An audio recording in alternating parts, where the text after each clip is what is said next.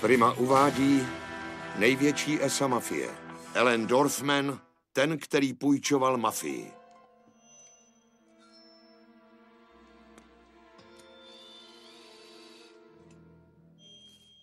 V roce 1979 zahájila FBI rozsáhlou sledovací operaci jednoho významného zločince, Ellena Dorfmana. Ellen Dorfman všechno umožňoval, měl obrovský vliv. Ellen Dorfman nebyl mafián, nebyl dokonce ani Ital. Byl Žid a jeho zbraní nebyla pistole, nýbrž pero. Dorfman byl gangster úředník. Neměl žádné zábrany, ani morálku. Vykrádal pro své mafiánské šéfy miliardový penzijní fond. To byl zlatý důl. Jako bankéř mafie financoval její obrovská kasína v Las Vegas. Byl to velice vlivný společník, proto jim dodával peníze. Dorfman měl blízko ke špičkám mafie a FBI se na něj zaměřila. Toto je unikátní příběh o tom, jak FBI pronásledovala Ellena Dorfmana, jak sledovala jeho podnikání a způsobila jednu z největších katastrof v dějinách mafie.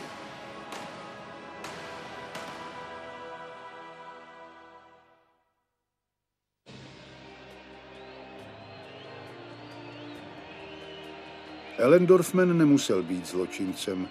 Po druhé světové válce se do Ameriky vrátil s vyznamenáním jako námořní pěšák.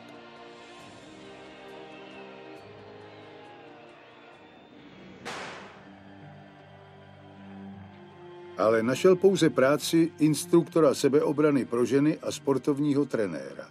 Vydělával jen $4 000 ročně. Dorfman neviděl žádnou budoucnost a chtěl víc. Naštěstí mu pomohl jeden vlivný muž, jeho nevlastní otec.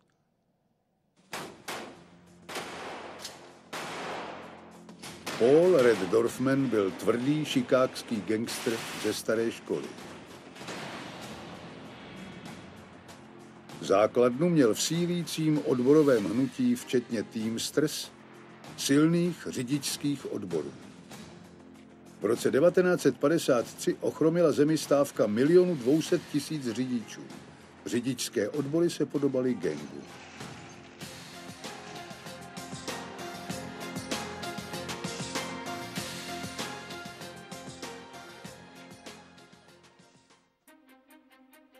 Jimmy Hoffa, ambiciózní odborářský úředník, se chtěl stát předsedou Teamsters.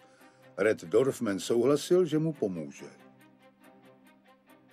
Existovalo mnoho zpravodajských informací, že Hoffa se ve snaze získat větší moc v odborech domlouval s organizovaným zločinem.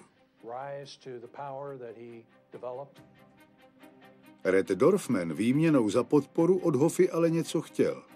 Práci pro syna. Řízení lukrativní pojišťovny Teamsters. Na tom, že se Ellen Dorfman v pojišťovnictví nevyznal, vůbec nezáleželo. Neměl dokonce ani kancelář.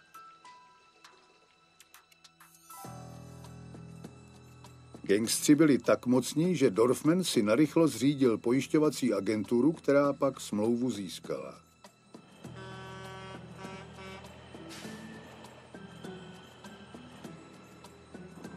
Zaměstnavatelé potom Dorfmanově agentuře platili za každého člena Teamsters pojistné. A Ellenu Dorfmanovi, novému pojišťovákovi, tím začaly sladké časy.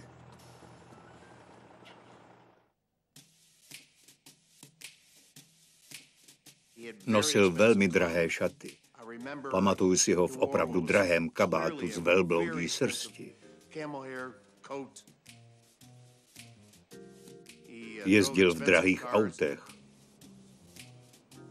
Měl krásný dům v Lincolnwoodu. Chodil do luxusních restaurací.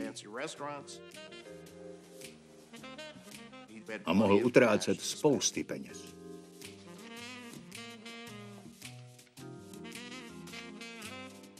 Dohoda dobře sloužila oběma stranám. Do 10 let se Allen Dorfman stal milionářem. A Jimmy Hoffa s podporou gangsterů stoupal v řadách řidičských odborů. Na obzoru se však objevil mrak.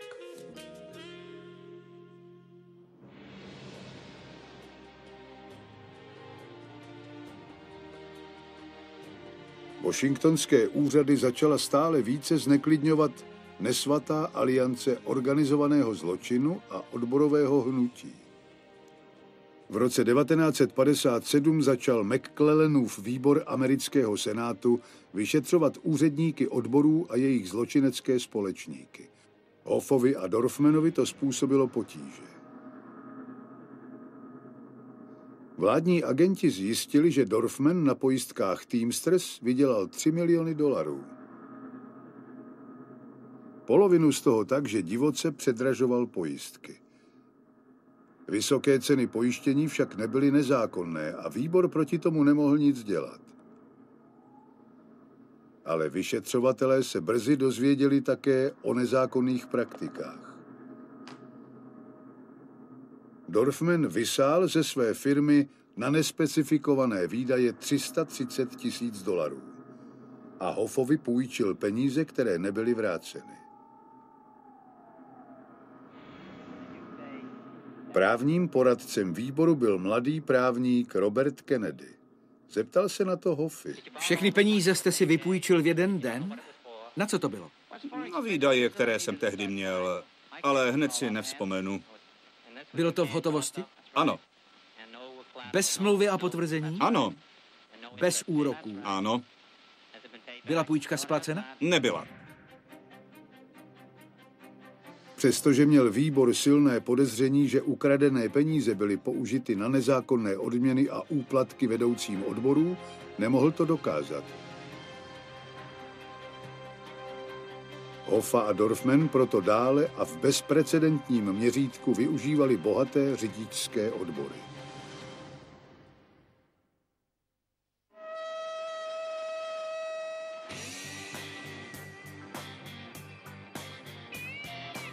Přestože pojišťování nabízelo Dorfmanovi slušné peníze, proti obrovskému penzijnímu fondu Teamsters to bylo nesrovnatelné.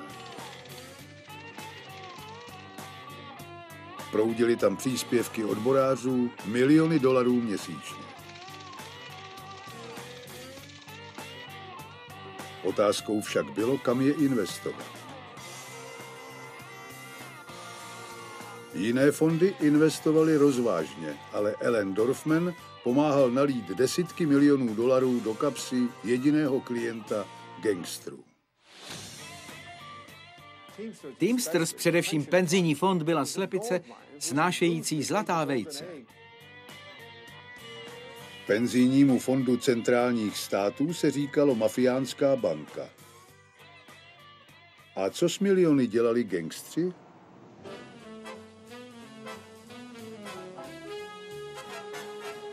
Stavěli za ně kasína a hotely v nevadské poušti. Las Vegas. První kasino, hotel Flamingo, postavili gangstři. Pak se to šířilo, nejen za peníze gangstrů, ale většinou ano. Kasína Stardust, Fremont a Desert Inn byly v 60. letech financovány z mnohamilionových úvěrů od penzijního fondu Teamsters a vlastnila je a řídila mafie. K tomu byl zcela nezbytný Dorfman. Staral se o vytvoření vlivu mafie v kasínech v Las Vegas a získávání kasin ve skrytém zájmu různých gangsterů. Hoffa a Dorfman schválili 60 úvěrů pro gangstry v celkové sumě 91 milionů dolarů. Vše za podivně výhodných podmínek. Ti, kteří úvěry dostali, nemuseli dokládat jiný majetek.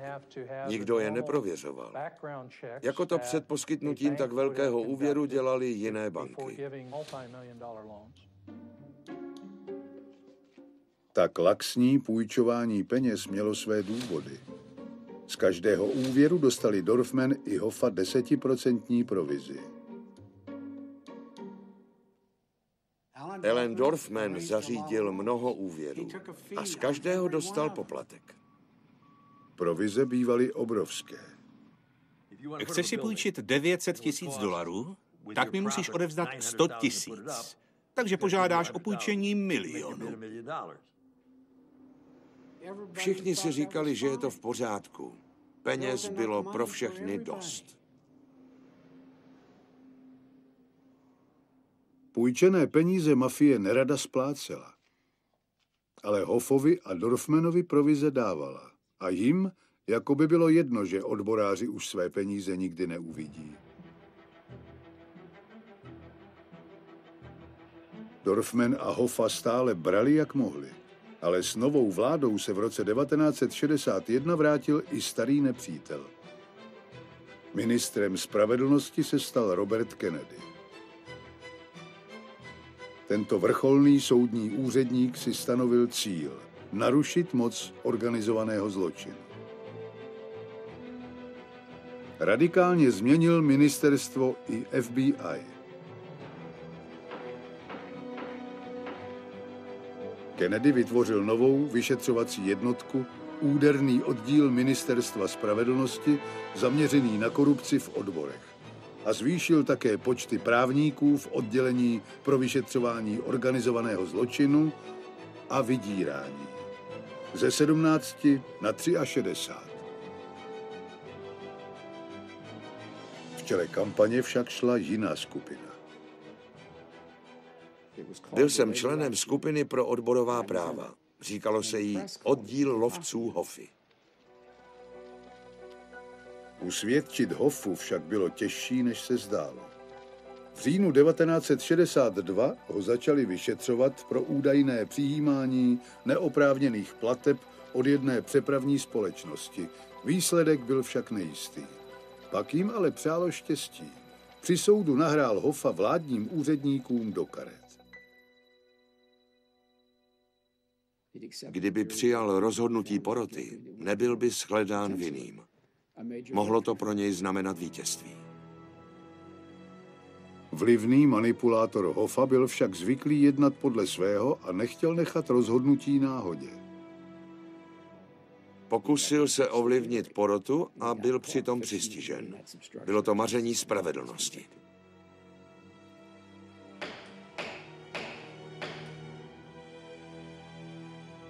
Maximálně roční trest se náhle mohl výrazně prodloužit. Hoffův gangsterský způsob ovlivňování poroty se mu nevyplatil. Před budovou okresního soudu nastupuje šéf Teamsters James Hoffa, 8letý trest vězení za ovlivňování poroty.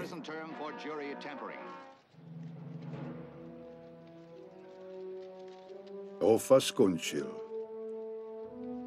Ale pro jednoho člověka to znamenalo velkou příležitost. Než Hoffa odešel do vězení, oznámil, všechny záležitosti penzijního fondu za mě bude řešit Ellen. Tato slova udělala z kdysi sportovního trenéra jednoho z nejmocnějších finančníků v zemi. Alan Dorfman nyní ovládal 400 milionovou horu dolarů. Dorfmana lze označit za generálního ředitele firmy Zločin SRO, možná také za finančního ředitele mafie. To, co dělal on, by někdo jiný sotva dokázal. Měl totiž schopnosti. Byl tvrdý, neústupný a chyběla mu morálka, proto mohl pro gangstry dělat vše, co bylo třeba.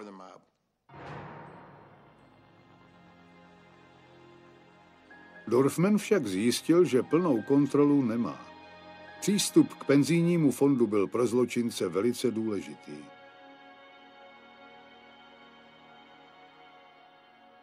Chicagská skupina si chtěla mafiánskou banku ohlídat. Dodala Dorfmanovi poradce. Byl to Joey Clown Lombardo.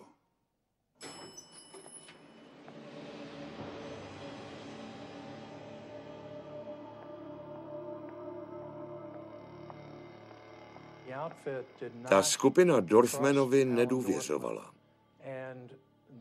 a proto k němu vyslala Lombarda na místo jakéhosi dohlížitele. Joey Clown Lombardo byl opravdový gangster. Přezdívku možná získal tím, že vtipkoval, ale byl to drsný biznismen a zabiják.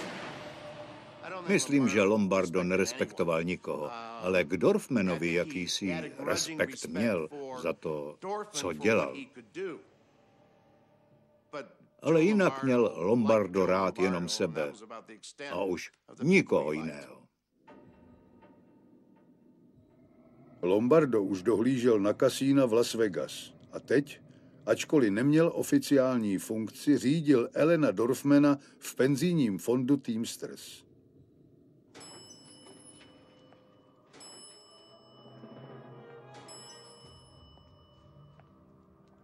Chodil tam skoro každý den a zjišťoval, co přesně Dorfman dělá.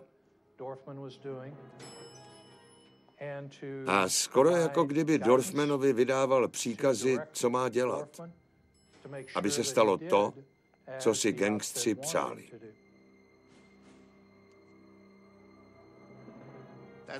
Byl to jediný člověk, se kterým se Dorfman moc nehádal. Oba spolu dobře vycházeli.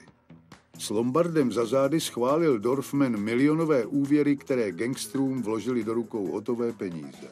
Nebylo tajemstvím, že je tam za organizovaný zločin, že přes něj chicagská skupina Dorfmana hlídá.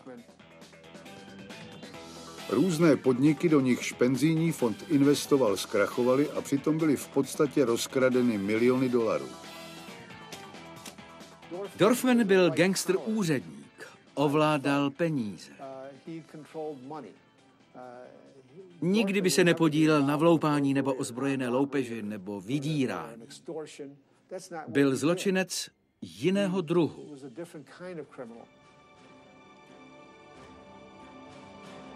Na nesplacených úvěrech jedinému podnikateli prodělal fond 15 milionů. Dorfmanovi to však bylo lhostejné. Za každý úvěr dostával provizi v tisících dolarů. Podnikání šlo tak dobře, že začal létat po státech v soukromém tryskáči, koupeném od Franka Sinatry. Potom však znovu nevyšel další kšeft a FBI udeřila.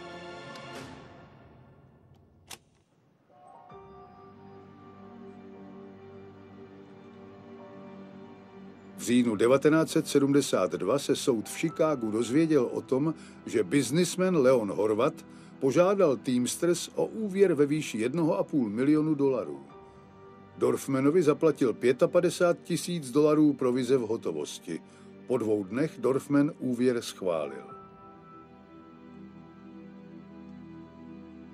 Jeho podvody byly konečně odhaleny a Dorfman byl shledán vinným. Zdálo se, že bankéř mafie má vážné potíže. Soud však z jakéhosi důvodu odsoudil Dorfmana pouze k 1 roku ve federální věznici. To jeho kariéru nijak nepoškodilo. Ani ho to nevyvedlo z rovnováhy. Při obvinění z podvodu v roce 72 nikoho neudal, což nejspíš tehdy ještě posílilo jeho reputaci u gangstrů. Takže si to šel odsedět.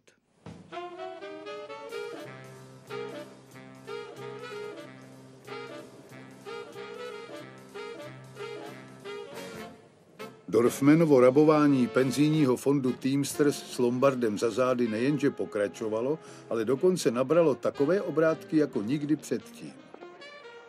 V letech 1972 až 76 poskytl gangstrům úvěry ve výši 186 milionů dolarů na financování divokého rozvoje kasin v Las Vegas. Jenom do Caesars Palace šlo 20 milionů. Kasíno Circus dostalo 23 milionů. A co z toho měl Dorfman? 7% akcií firmy Circus v potenciální hodnotě milionů.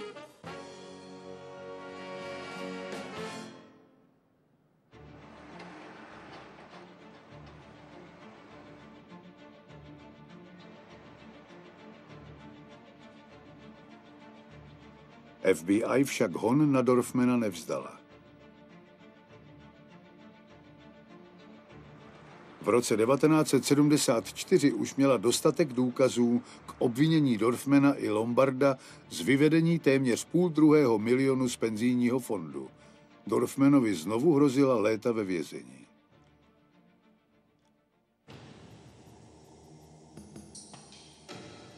Klíčovým svědkem obžaloby byl biznismen Daniel Seifert, který s federály spolupracoval. Kdyby Seifert svědčil, Lombardo i Dorfman by byli usvědčeni.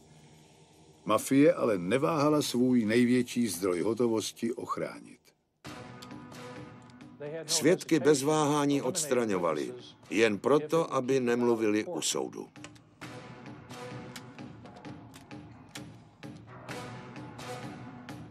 Jedné soboty přišel Seifert za manželkou do své kanceláře. Paní Seifertová byla vrahem zatlačena na toaletu. Seifert se pokusil utéct. První rána z brokovnice ho nezastavila, ale druhou byl zasažen do hrudi a padl k zemi. Nakonec pro jistotu byl Daniel Seifert střelen zblízka.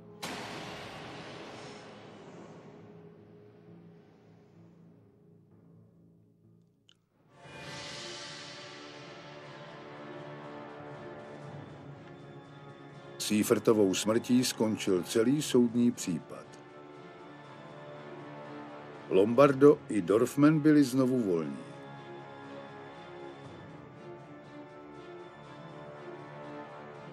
Ministerstvo spravedlnosti i FBI tušili, že Lombardo a chicagská mafie se nezastaví před ničím, jen aby udrželi Dorfmanovu mafiánskou banku v chodu. A byla to pravda. V bezpečí nebyli ani staří přátelé.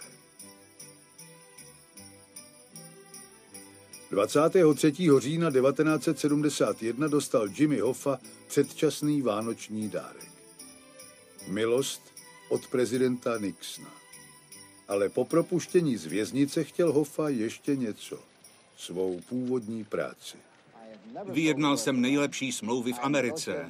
Našim lidem jsem zajišťoval brýle, zuby, penzijní fondy, nejvyšší platy na celém světě. Zeptejte se našich lidí, ať sami řeknou, jestli jsem odborářský předák, nebo jestli jsem lump.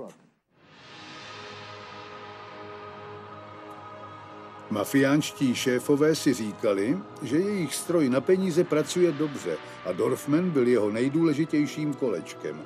Hoffův návrat jim tedy nevyhovoval. Hoffa začal otevřeně mluvit do médií o tom, že odhalí korupci a že gangstry vytlačí z řidičských odborů. Dokonce vyhrožoval, že znemožní mafii využívat penzijní fond. Jimmy Hoffa si určitě myslel, jaký je tvrďas. Stejně tvrdý jako gangstři. A nenapadlo ho, že by mohl skončit tak, jak skončil. Rukama gangstrů.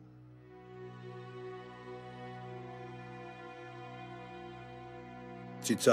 července 1975 Jimmy Hoffa zmizel. Hoffa byl naposledy viděn živý v elegantní restauraci Red Fox na předměstí Detroitu. Čekal tam marně na jakousi schůzku. Po odjezdu autem z parkoviště však zmizel a navzdory intenzivnímu pátrání v okolí Detroitu všechny jeho stopy zmizely.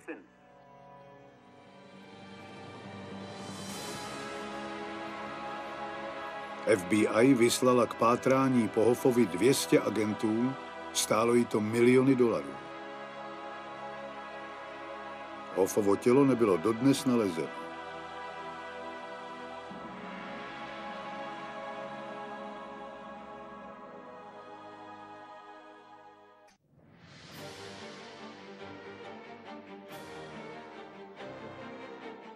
Mafie si možná myslela, že Hoffovo zmizení FBI vyvede z rovnováhy, ale mýlila se. V roce 1978 začala vláda sestavovat akční plán. Chtěla se definitivně zbavit Dorfmana. Šli jsme po Dorfmanovi, nemyslete si, že ne, protože on byl ten, kdo všechno umožňoval. On totiž ovládal penzijní fond. Usvědčení Dorfmana by zbavilo mafii přísunu peněz. Navíc by však odhalení pochybných úvěrů umožnilo usvědčit gangstry po celých státech. Kdybychom se dostali na Dorfmana a jeho kontakty, mohli jsme se dozvědět i lecos jiného o jeho společnících, mezi nimiž by byli gangstři, byli by tam i vedoucí odborů a, jak se pak ukázalo, také vysocí vládní úředníci. FBI tušila, že dopadení Dorfmana nebude rychlé ani snadné. Aby uspěla, v míře dosud nevídané na něj nasadila tajné elektronické sledování. FBI chtěla nahrávat všechny Dorfmanovy hovory s jeho společníky v naději, že se usvědčí sami. Strávili jsme na tom obrovské množství času. A neustále jsme bojovali o to, aby FBI na případ nasadila dostatek lidí. Vedení FBI mělo obavy, že sledování Dorfmana bude až příliš drahé. Báli se, že to bude trvat moc dlouho a to odhadli dobře. My jsme totiž chtěli pokračovat tak dlouho, jak jen to půjde. Objevila se další překážka. Napíchnout Dorfmanovi telefony nebylo tak jednoduché. Každý hovor, který přicházel po některé lince, se dal přepojit k Allenu Dorfmanovi do kanceláře. My jsme proto nemohli odposlouchávat jenom jednu linku, ale všechny, které do jeho kanceláře vedly. Aby mohli odposlechy použít jako důkaz u soudu, potřebovali k tomu povolení k odposlechu každé linky. Museli jsme žádat o povolení na odposlech 15 nebo 16 linek. Nakonec se však rozhodli, že po Dorfmanovi půjdou. 29. ledna 1979 vydal soud všechna povolení k odposlechům a tím začala operace Pendorf.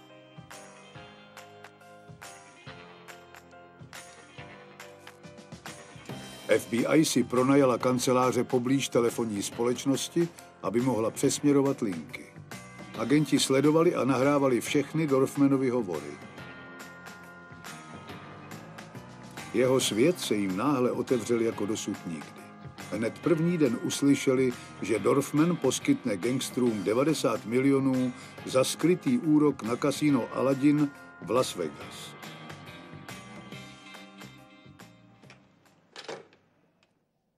Když byl Dorfman v kanceláři, když pracoval a když nehrál golf, tak většinou komunikoval s gangstry. Plnil jejich přání, využíval svůj vliv na různých místech. V podstatě vše, co by dnes dělal legitimní lobista. Po pár dnech se však ukázalo, jak je Dorfman od legitimního podnikání vzdálen. 2. února agenti užasli, když se v telefonu mluvilo o lichvě. O převzetí penzijního fondu Teamsters. O nezákonném využití zlatých certifikátů. Dokonce o plánu na zabití předsedy Teamsters. A to vše v jediném Dorfmanově pracovním dnu.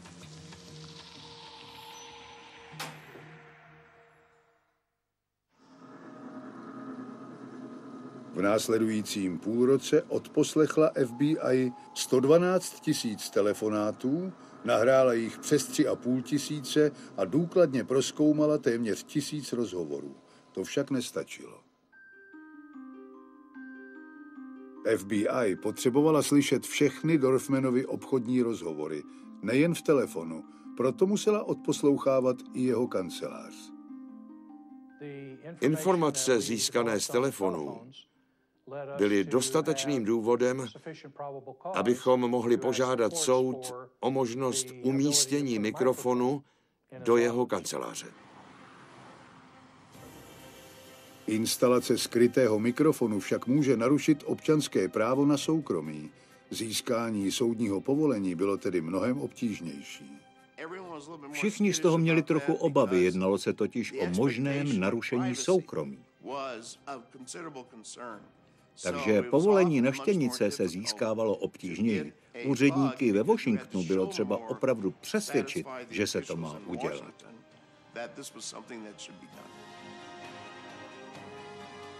Spor ve Washingtonu Doug Roller vyhrál a přesvědčil federálního soudce, aby povolení vydal. S tímto papírem v ruce se už FBI potřebovala nějak dostat do Dorfmanovy kanceláře.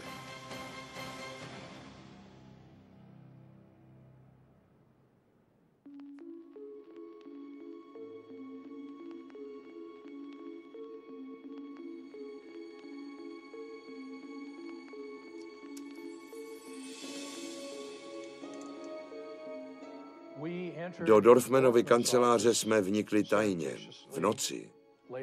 Měli jsme informátora, který u Dorfmana pracoval. Můj informátor si pronajal parkovací místo v podzemí.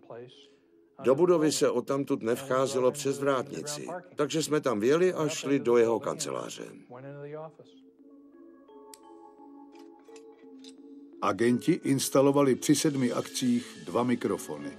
Z nich se ještě lépe než z telefonátů dozvěděli, kdo to vlastně je Ellen Dorfman.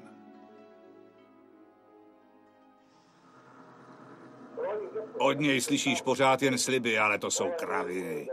Tak co s tím budeme dělat? Byl velmi hrubý, hodně arrogantní a mluvil sprostě. Když se mu něco nedařilo, velmi rychle se rozčílil. Dal jsi mi někdy jeden podělaný pětník, Morrissey? Nebo Hoffovi? Jestli jo, tak ti na to seru, protože já jsem od tebe nic nedostal. Nevážil slova a většina jeho rozhovorů byla plná vulgarit.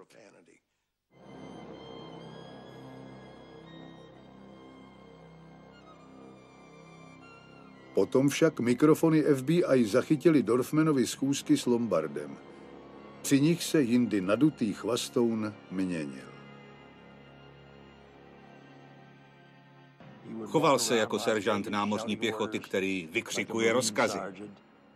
Ale když se v Chicagu objevil mafiánský šéf, stal se z něj zdvořilý biznismen. Co z toho měl? Podle mě asi tak 3 až 5 milionů dolarů. Jo, 3 až 5. A 25% z toho je našich. Je to 26% z x dolarů a ty peníze chceme hned. Říct si o to můžeš. Řekneme si o ně. On má teď potíže. Když jsme slyšeli tyhle rozhovory, náš názor na Lombarda se zlepšil. Slyšeli jsme, co si říkají. Většinou ráno, když spolu četli Wall Street Journal, mluvili o článcích a nebyl v podstatě žádný rozdíl v tom, jak se ve věcech vyznal Lombardo a jak se v tom vyznal Dorfman. Mezi Joeym Lombardem a Ellenem Dorfmanem však jeden velký rozdíl byl. Lombardo to ukázal při nahraném setkání s Morrisem Schenkerem, Dorfmanovým společníkem. Ellen je mírný a neškodný. Ale lidi za ním mírní a neškodní nejsou, chápeš? Jistě. Něco ti povím. Říká, že je ti 72. Oni přijdou a řeknou mi, abych ti poslal vzkaz. Když se vzepřeš, tak ti 73 nikdy nebude, to mi věř. Nahrávka potvrdila dlouholeté podezření FBI. Joe Lombardo byl ranař mafie a v podpoře jejího financiéra Ellena Dorfmana se nezastavil před ničím.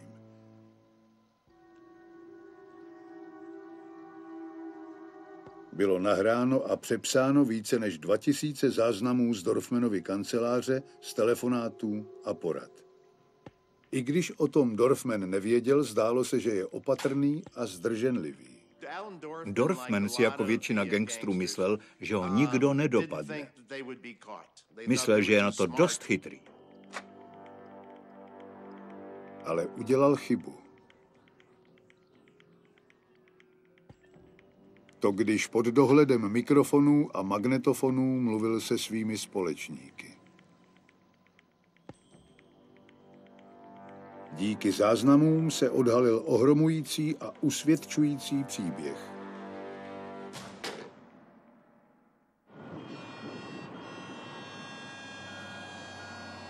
Předsedovi Teamsters Royi Williamsovi se nelíbil zákon, který měl deregulovat průmysl autodopravy.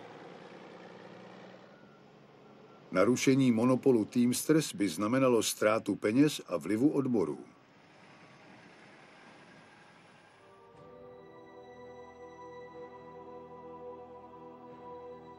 Dalším nespokojencem byl Howard Cannon, vlivný senátor za Nevadu. Pozemkoví developeři chtěli stavět poblíž jeho exkluzivního sídla vedle golfového hřiště v Las Vegas. Plánované 9podlažní obytné domy by mu narušili výhled a snížili by hodnotu nemovitostí. Prázdnou parcelu vlastnil penzijní fond Teamsters centrálních států.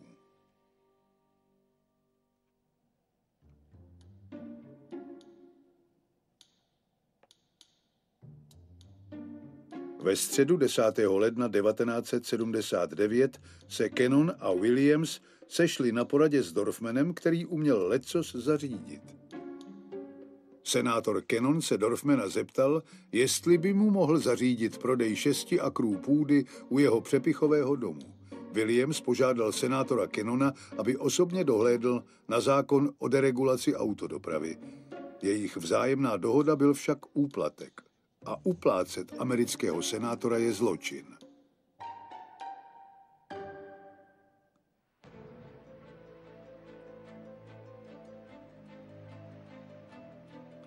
Cannon ve Washingtonu splnil, k čemu se zavázal. Jako předseda výboru pro obchod si zákon stáhl k sobě a nechal ho tam ležet. Dorfman však ke svému zklamání zjistil, že on svůj slib splnit nemůže. Nedávno přijatý zákon mu zabránil nakládat s půdou dle libosti.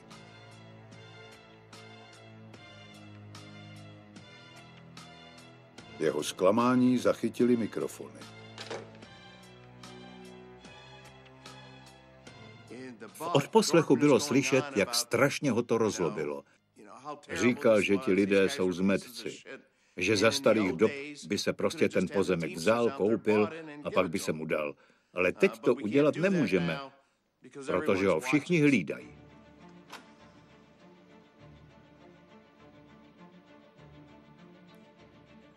Skrytý mikrofon v Dorfmanově kanceláři nahrál 21. května 1979 senátora Cannona, který se ptal, jak to s pozemkem vypadá.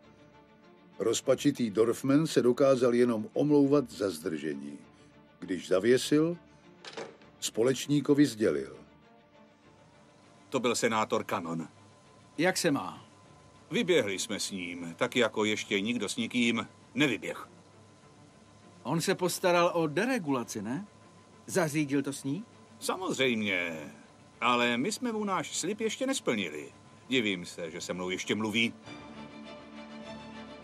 Vyhlédnutý pozemek senátor Cannon nikdy nezískal.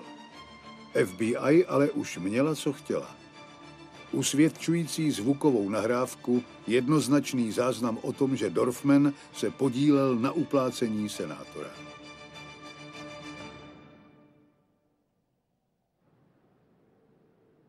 Chicagská skupina na začátku roku 1980 po rekordních 13 měsících operaci Pendorf zveřejnila.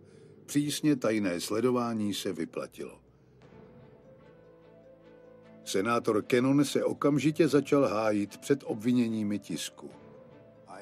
Popírám náznaky zpravodajství, že existuje spojení mezi tím, jak jsem zpracoval zákon o autodopravě v Senátu, a mezi výsledkem sporu o pozemek v Nevadě, v němž byla účastná skupina vlastníků, jejímž jsem byl členem. Cannon se z toho nakonec dostal, Dorfman však nikoli. Toho, kdo ukradl Teamsters miliony, nadále sledoval velitel chicagské skupiny Doug Roller. Po ukončení odposlechu jsme si řekli, že už máme dost důkazů, abychom sepsali obvinění. Říkal jsem si, že je to neprůstřelné. Ačkoliv se zdálo, že FBI tentokrát Dorfmana už nepustí, on působil klidně. U soudu se choval většinou jako nadutý gentleman. Přestože tam byl fyzicky přítomný, zdálo se, jako by ho to nezajímalo.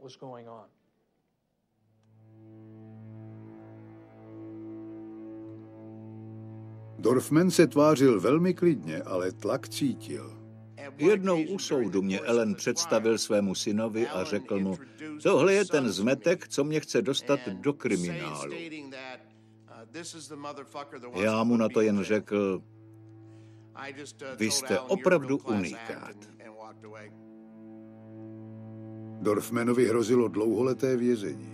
Možná si ale myslel, že mu ještě někdo pomůže.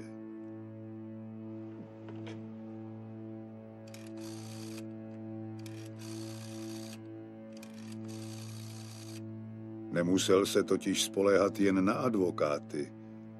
Mafie ve snaze zachránit svého bankéře chtěla na porotě, aby se správně rozhodla.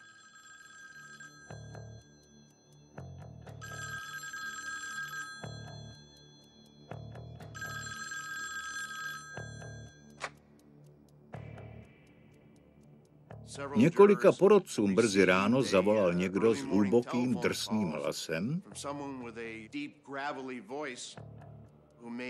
a naznačoval, že porotci o případu nevědí všechno. Když porotci nezákonné telefonáty oznámili soudci, okamžitě je izoloval. Byli drženi pod dohledem v hotelu, odříznuti od všech vnějších vlivů.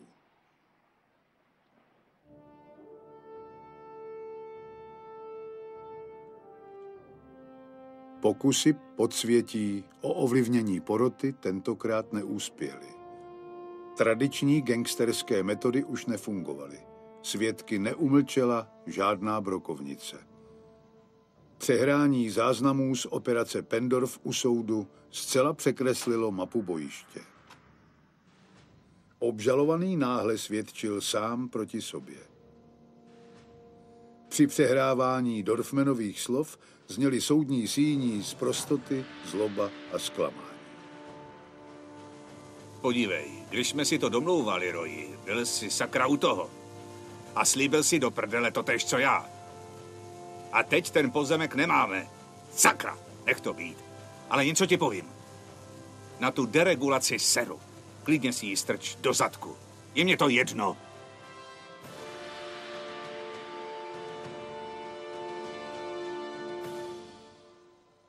Nejlepší důkaz u soudu jsou vlastní slova obžalovaného. Svoje slova nemůže vzít zpátky. Možná je může nějak vysvětlit, ale jestli je těch slov dost, je v tom.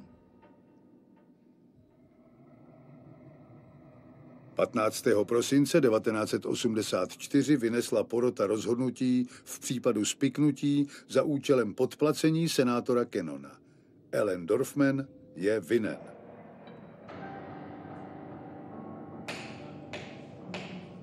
Operace Pendorf svůj cíl zasáhla. A byl to drtivý úder.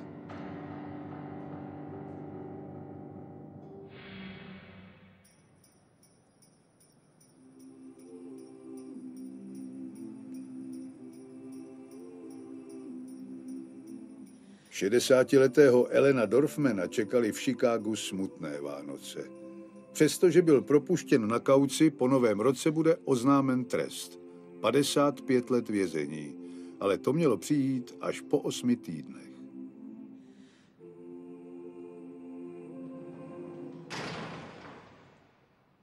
Na tak dlouhé vězení se Dorfman samozřejmě netěšil. O svůj životní styl, o sladký život boháče by ve vězení určitě přišel.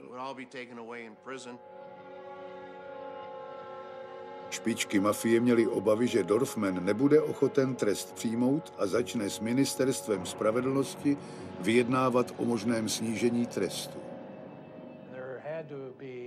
Báli se, že aby mu snížili trest, nebo aby se vězení úplně vyhnul, bude Dorfman ochoten spolupracovat s federální vládou. Stárnoucí Dorfman, bez vlivu a s vyhlídkou na vězení, se už ale nemohl spolehnout ani na své přátele gangstry. Z toho, co nám Dorfman řekl, nám šla hlava kolem. Řekl bych, že nám mohl pomoci, abychom zcela ochromili Cleveland, Chicago, Kansas City, Las Vegas a možná i Los Angeles. On věděl o všem. Slyšel to, co neměl slyšet, a viděl to, co neměl vidět.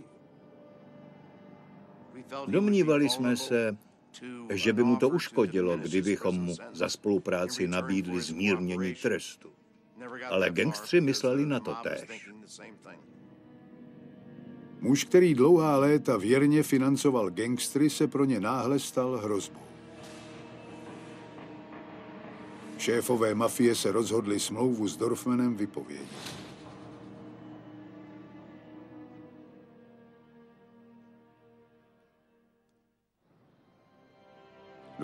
ledna 1983 se Allen Dorfman se starým známým a společníkem vydal na oběd do hotelu Hyatt v Lincolnwoodu na severozápadě Chicaga. Nevěděl však, že míří na schůzku s osudem.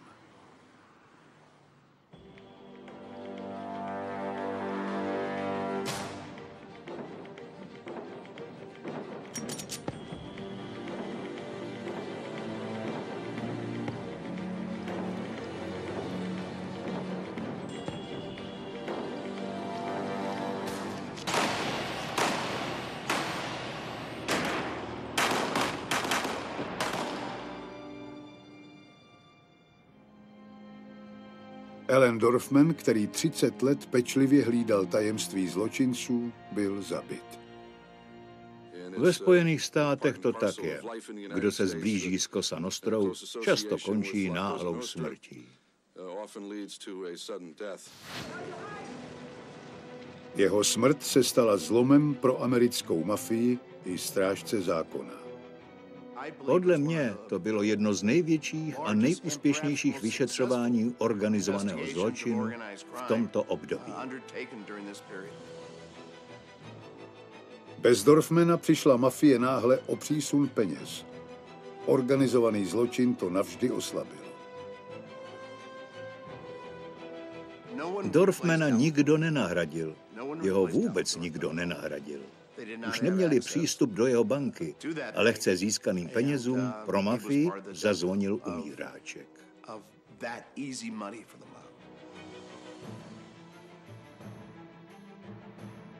Operaci Pendorf se podařilo ještě něco jiného. Prokázala se účinnost elektronického sledování a přinesla převrat v užívání štěnic a odposlechů. Tajné elektronické sledování navždy změnilo pravidla hry ve prospěch vlády. Od té doby už mnohokrát elektronické sledování velkého počtu zločinců a jejich činnosti vedlo k tomu, že zločinci na nahrávkách a vlastními slovy usvědčovali sami sebe. Nebylo už kam se schovat, už nebylo možné umlčovat svědky. FBI konečně našla způsob, jak mafii zlomit. České znění připravili Pavel Rýmský, Bohuslav Kalva, Jiří Ptáčník, Ladislav Cigánek, Zdeněk Mariška, Vladimír Fuchsa, Blanka Dobrá, Milan Blažek, Markéta Stegbauerová, Jana Janoušková, Olga Potužáková, Jaroslav Richter a Jana Stejskalová. Ve studiu Babi Dabi SRO vyrobila FTV Prima, společnost s ručením omezeným, v roce 2015.